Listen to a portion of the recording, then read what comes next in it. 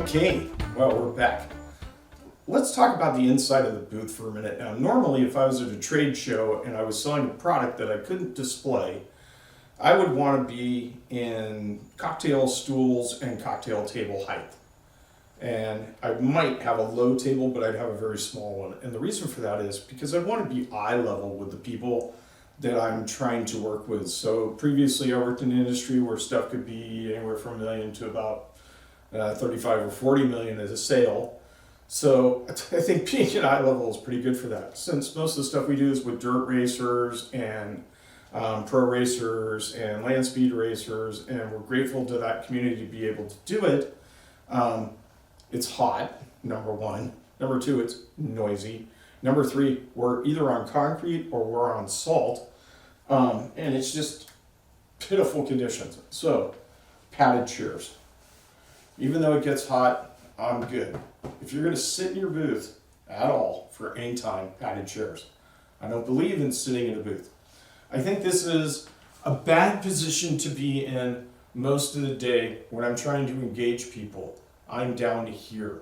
So if I'm working a 2x2, which is one person up, one person down, we still have 2 chairs or 3 chairs for guests, but one of us is generally up engaging the public or around the area or walking around in our shirts doing press coverage with our cameras or something like that. So generally we're engaged because we play music and we engage the public. So that's fine with us.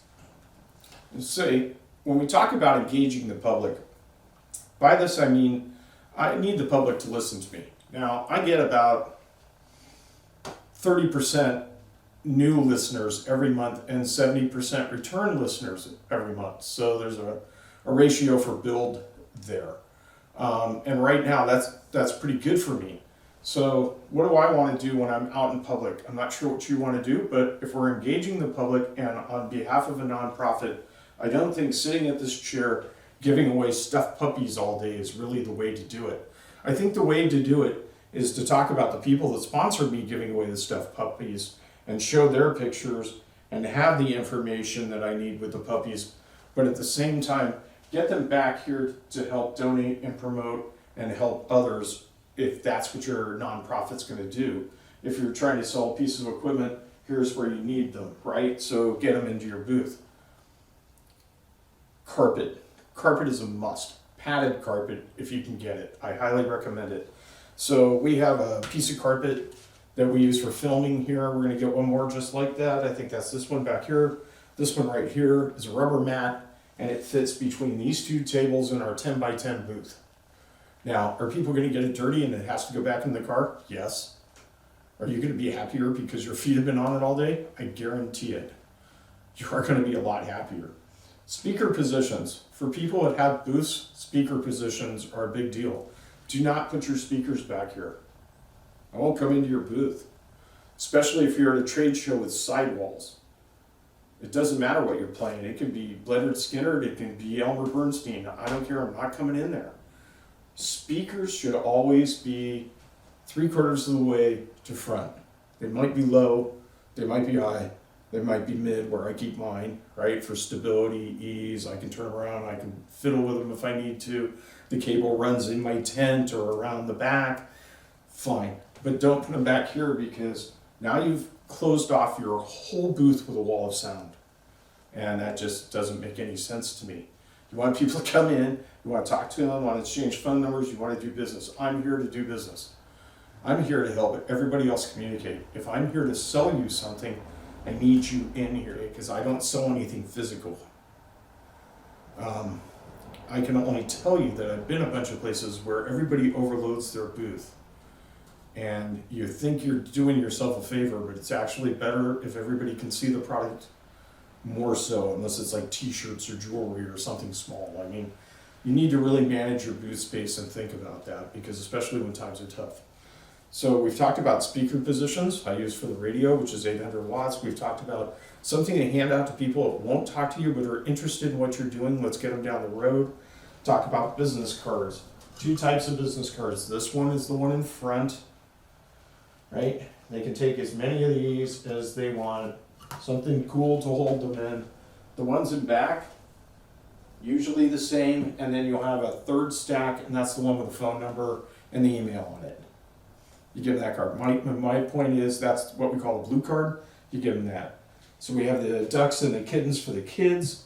We have our pencils. We talked about that. We have a box of swag under here. T-shirts, hats, mugs, whatever, right? Stickers. They're cute. Nobody takes them. Worthless. Don't even bother. I've had this stack for a year, right? Tablecloth, get it printed. It's $130. There's no excuse. Video screen, $75. This is a laptop holder, right? Got Velcro on it, so I can see how hard it is to peel the screen off. But for transportation, works on a USB drive. It runs on 17 watts of power, so running 2 of them really doesn't cost me anything at all on a power bank or plugged in. It's like nothing. It's totally easy, right? Paperweights for your papers if you have out here or something like that. Always make those kind of cute, and always have coasters because you're going to have a printed tablecloth. So heavy coasters. The glasses don't stick on because people walk up and they put beers down on stuff, or they put their Coke down, or they put their water bottle down. Well, give them a coaster to put it down. Have coasters in the back. Have a spot for you to put your stuff out of sight but in easy reach. Your purse, your 45, whatever it happens to be. My tent has pockets and a garbage bag built into it in the back, so I always make sure I can get there. This table's 8 foot, gives me 2 spare. I can line up chairs. Never fill all the way. Never, ever, ever fill your booth all the way. Always, when you leave, make sure you have 2 by 2 of square feet with nothing in it, so when you get somewhere and there's an issue, you're not backing up into all your stuff trying to solve it. You've got a little bit of extra room. I'm a lucky person. I have a big wide open booth.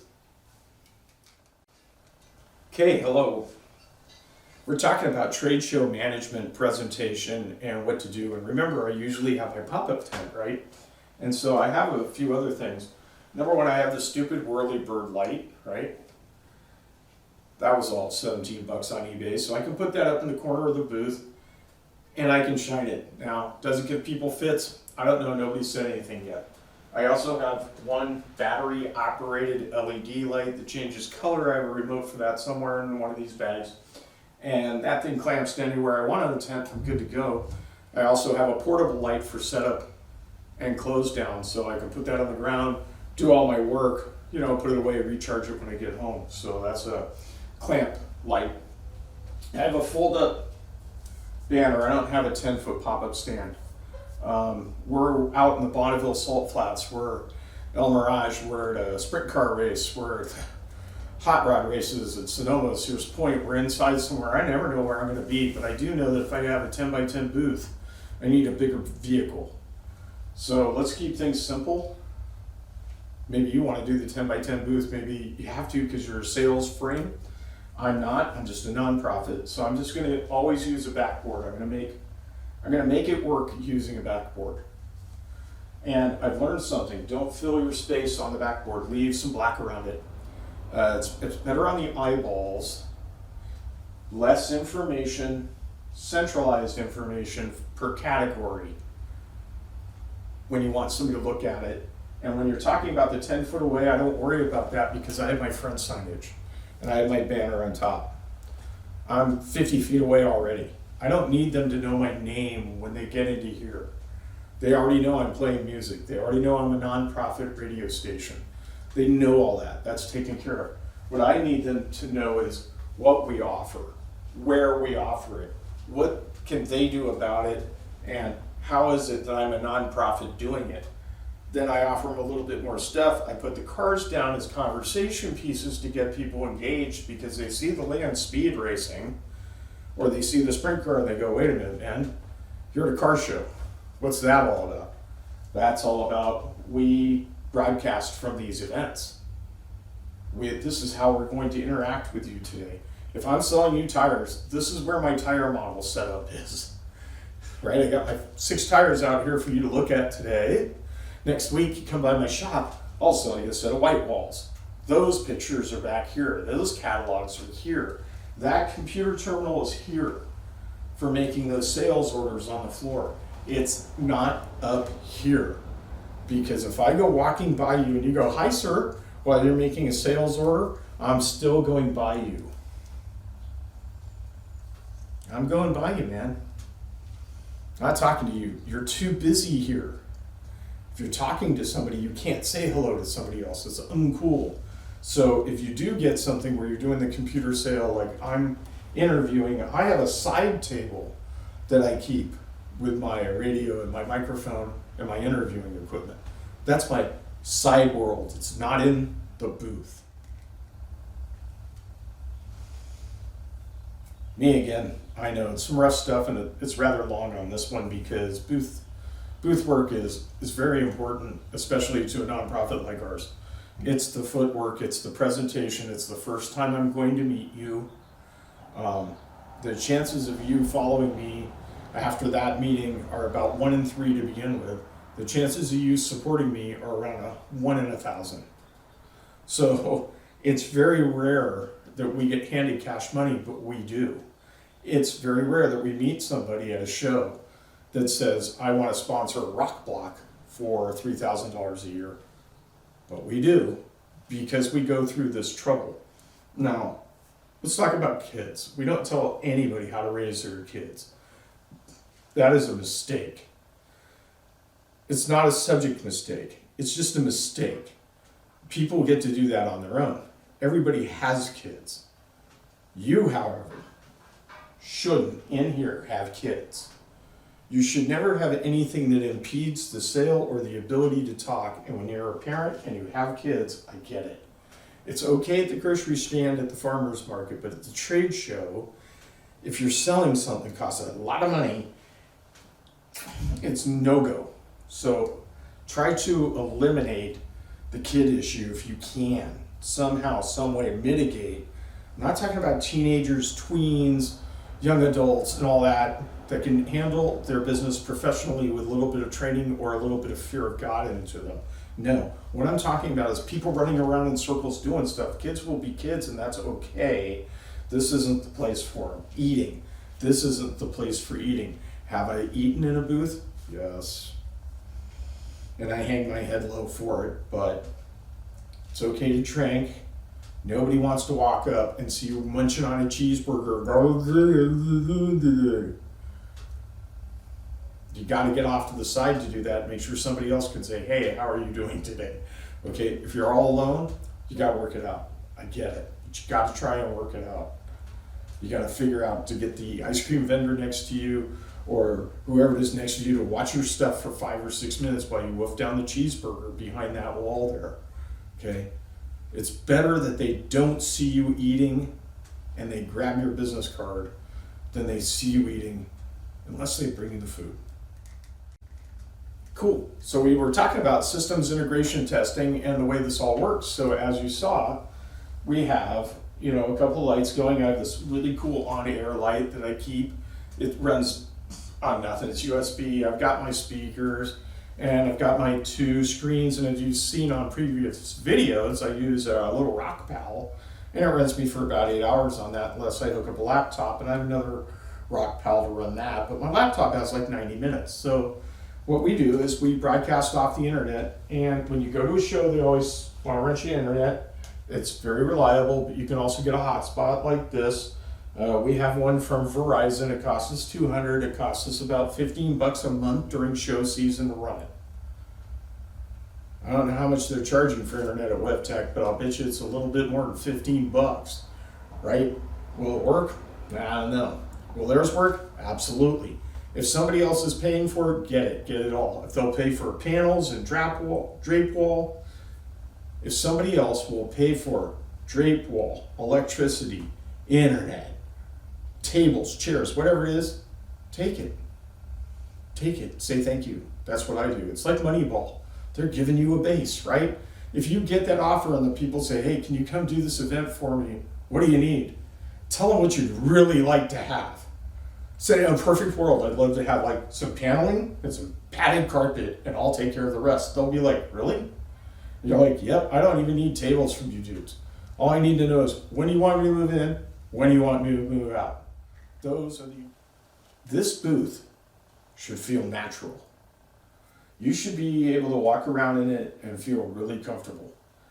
And you need to practice that before the crowds show up. I've had events where I only thought I was going to meet like 3 or 4 people. And so I went walking around with my camera and they came back and the dang thing was swamped, and we were swamped all day with people talking to us, giving us their business cards, offering to sponsor us, doing the whole thing. You need to be really comfortable, and the only way to do this is to do what we call a systems integration test, okay? So we're gonna test all the electronics, we're gonna test our Bluetooth, which I did earlier today, test the speaker level, I did that earlier today. We're gonna test the screens, update my pictures, update my videos, count my collateral, order my ducks, right? My cups, my whatever, get my model rocket car, drag car, and sprint car out because we do that, make sure everything's printed and go okay. But I wasn't completed until I set it up on the floor and I walked around in it and got used to it. Thank you very much. My name is Bob, R West Video. And that's kind of our systems integration test and looking at how to work inside a booth.